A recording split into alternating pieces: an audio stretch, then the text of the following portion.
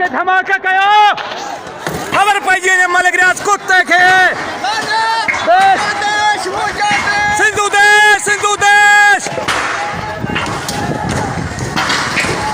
जागियो जागियो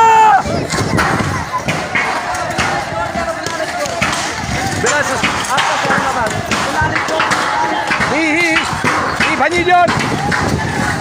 मलिक रियाज कुत्ते ते लानत मलिक रियाज कुत्ते ते ही सिंध जो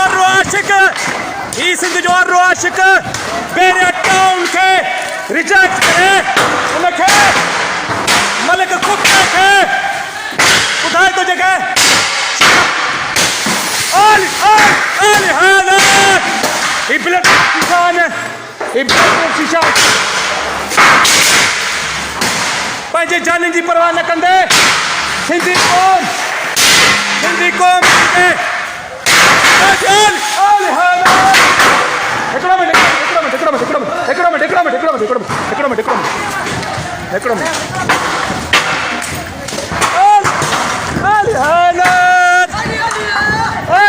मौला खुदा जी साथ में कसम अज दिल खुश थी गई